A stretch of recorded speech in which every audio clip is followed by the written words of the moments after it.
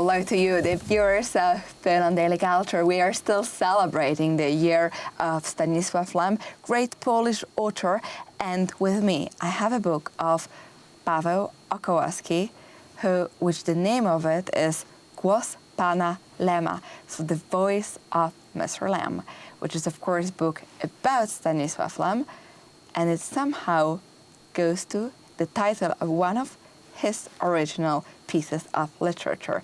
And with me is Marek Kądzielski, Polish philosopher but also a fan of Lem. Tell us a few words.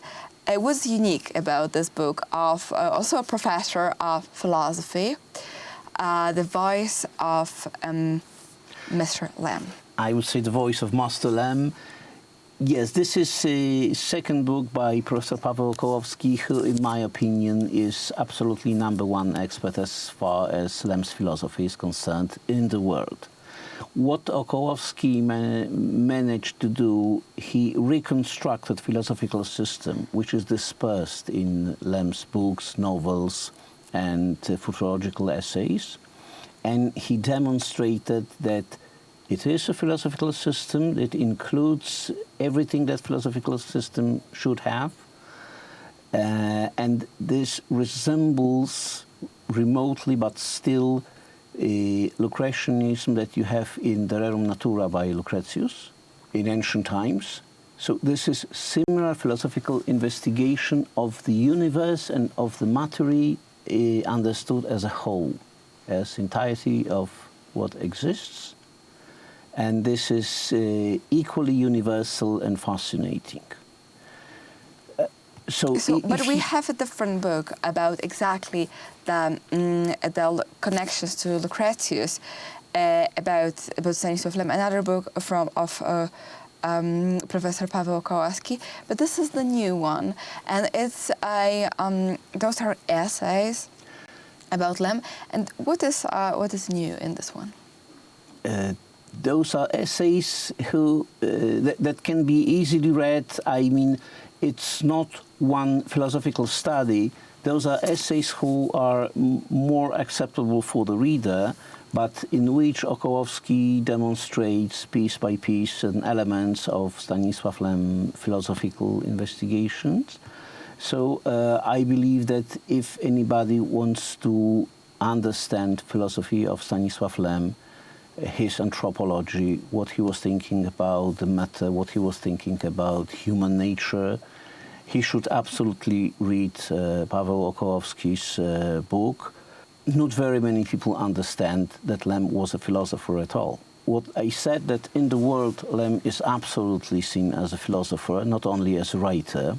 The thing that Lem is a philosopher, and we have two great writers who are philosophers in our contemporary history, which is Czesław Miłosz and Stanisław Lem, is partly a result of a situation that after more than 800 years of functioning in the presence of the universities in Western culture, universities ceased to be centers of thought, of exchanging new ideas. They have become just higher vocational schools.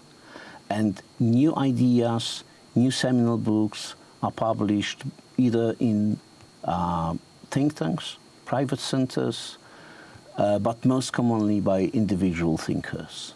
But So it is a this is common something thing, new. and also I would say actually another Polish author, and it was Leopold Thurman, who mentioned that most of the changes that happen in the society, they're first happen in culture, and they are shown in culture, either in pieces of literature or in art, and then they somehow the art and the authors predicts what will happen in the reality, either in technology or in the social sphere, and it happens.